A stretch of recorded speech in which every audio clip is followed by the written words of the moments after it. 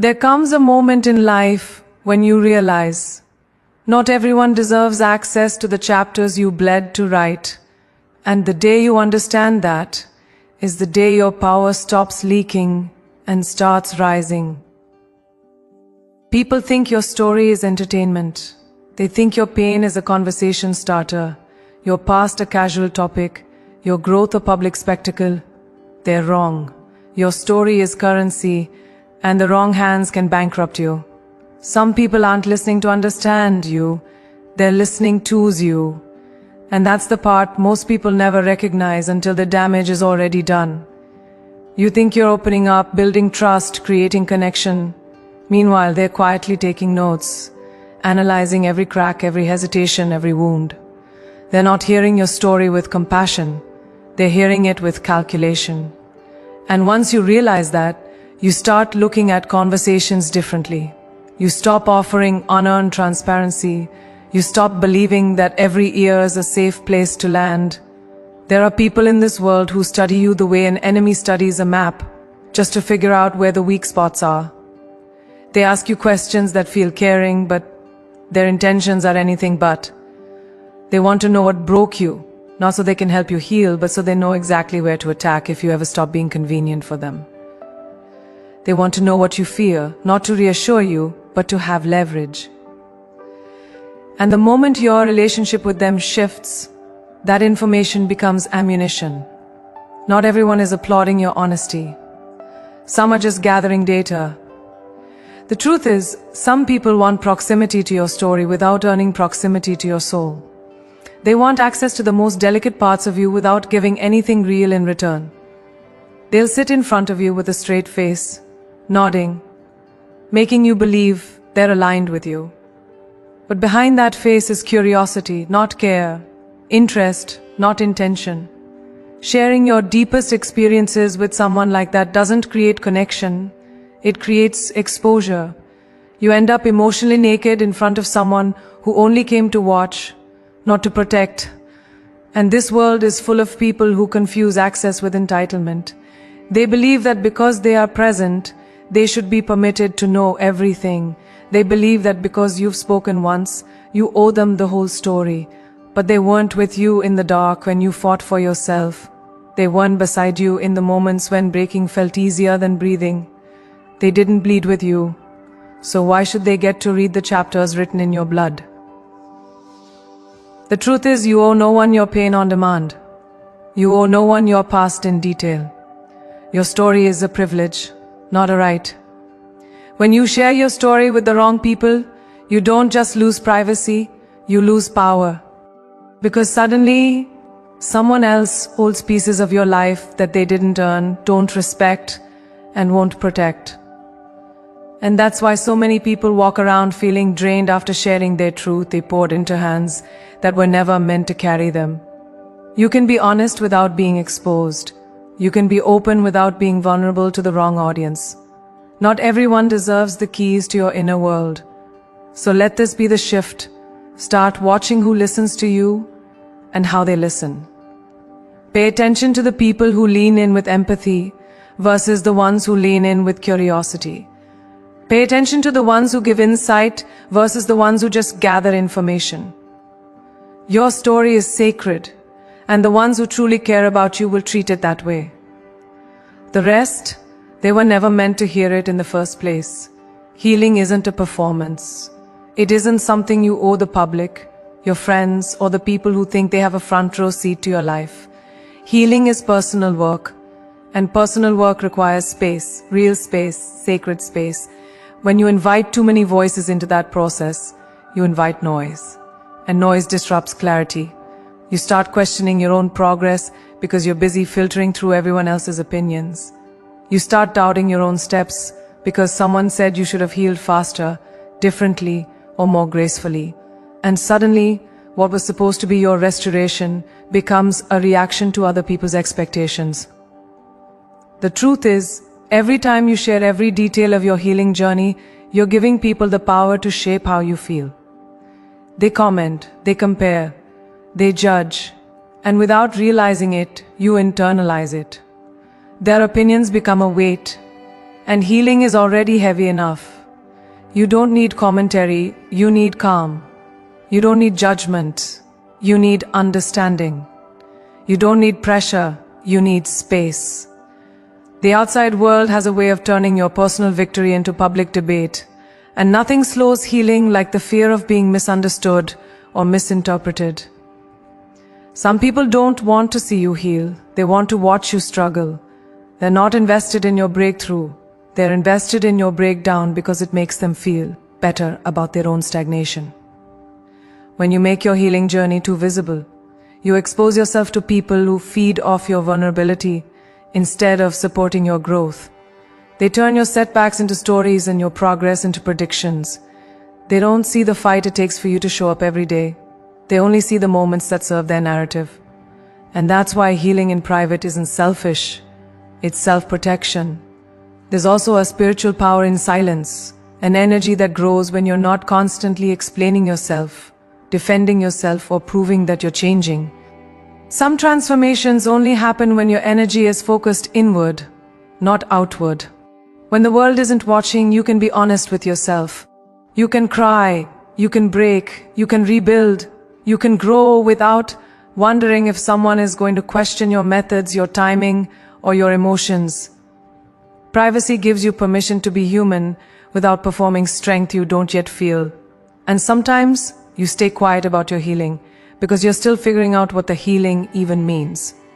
You're evolving. You're unlearning things that lived in you for years. You're discovering new boundaries, new standards, new versions of yourself. Sharing that process too early invites confusion, not just from others but from yourself. When you talk about healing before you fully understand it, you risk locking yourself into a story you haven't finished writing.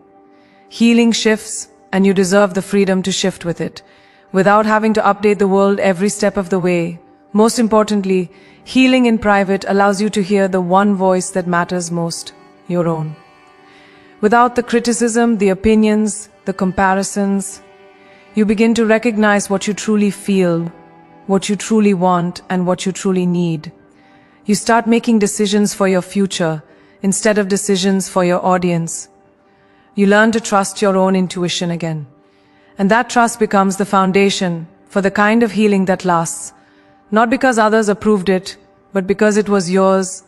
People rarely hear your story through the lens of your truth. They hear it through the filter of their own wounds. You can speak from a place of honesty, transparency, and clarity, but if someone is still bleeding from their own unhealed places, they will twist your meaning without even realizing it. They don't hear what you said. They hear what their pain allows them to hear. They interpret your courage as confrontation, your vulnerability as weakness, your growth as arrogance. And suddenly something you shared from a place of sincerity becomes distorted by someone who was never emotionally equipped to receive it. When you tell your story, you're revealing the world as you experienced it. But the person listening is receiving it as they know the world. Their lens may be cracked, their trust may be broken, their history may be filled with betrayal, abandonment, lies, or disappointment. So when you speak your truth, they don't receive it clean. They filter it through every hurt that shaped them. And without understanding this, you'll keep wondering why people misread you, misunderstand you, or turn your truth into something it was never meant to be. The problem isn't your story. The problem is their filter. There are people who will hear the strength in your story and become threatened instead of inspired. When you talk about rising, it reminds them of the places where they chose to stay low. When you talk about healing, it exposes the wounds they've avoided. When you talk about growing, it highlights the areas where they've stayed stagnant. Their reaction has nothing to do with you and everything to do with what your growth forces them to confront. And because they can't face their own truth, they'll twist yours to make it easier for them to digest. This is why sharing your story widely is dangerous. Not because your truth is fragile, but because people's interpretations are reckless. They will reshape your story to match their comfort level. They'll fill in gaps with assumptions. They'll project their fears onto your experiences. They'll minimize your trauma because it makes them uncomfortable. They'll downplay your victories because it makes them insecure. Your story becomes something unrecognizable when handled by someone who hasn't done their own emotional work. And sometimes, people interpret your story in a way that benefits them, not you. If they want to feel superior, they'll emphasize the parts where you struggled. If they want to feel needed, they'll exaggerate your past weakness. If they want to discredit you, they'll focus only on your failures. Your truth becomes a tool for them to validate themselves. They won't celebrate the full picture, because acknowledging your strength would threaten the role they want to play in your life. Their interpretation becomes less about understanding you and more about preserving their own ego. This is why you must be selective, deeply selective, about who you trust with your experiences. Not everyone has healed enough to handle your truth with integrity. Not everyone has matured enough to listen without projecting. Not everyone has the emotional intelligence to receive your story the way you intended it. Some people can only meet you at the level of their wounds, not the depth of your truth. And the moment you understand that, you begin to guard your story with wisdom, not fear. Oversharing doesn't make you powerful, it makes you exposed. There's a difference between being open and being unguarded, and too many people confuse the two. When you reveal too much too soon, you give others a blueprint of how to navigate you, manipulate you, or destabilize you. What you think is connection often becomes vulnerability without protection. People don't need to know every fear, every mistake, every insecurity you've ever lived through, not because you should be ashamed, but because not everyone has the maturity or integrity to hold that information with respect. When people know your weak spots, they know where to strike when the relationship shifts. The same person who once said, "You can trust me," can later become the one who weaponizes your words. The things you confessed in moments of openness can reappear in moments of conflict. Oversharing hands people the very tools they'll use if they ever decide to hurt you. And once you've given someone that level of insight, you can't ungive it. You can't take back what you've revealed. You can only deal with the fallout of misplaced trust, wishing you had kept more of yourself to yourself. Some people are drawn to your vulnerability, not because they care, but because it gives them power. They love the feeling of being the one you turn to, the one who knows your secrets, the one who has access to your softer side. But the moment you stop relying on them the way you used to, that power disappears. And for some, that loss is unbearable. That's when your transparency becomes their leverage. They'll remind you of the things you told them, subtly or directly, to keep you in a place of emotional dependence. Oversharing creates imbalances that the wrong person will always exploit. And there's a deeper truth. When you overshare, you allow people to create an identity for you based on your past instead of your present. They begin to see you as the person who struggled, not the person who overcame.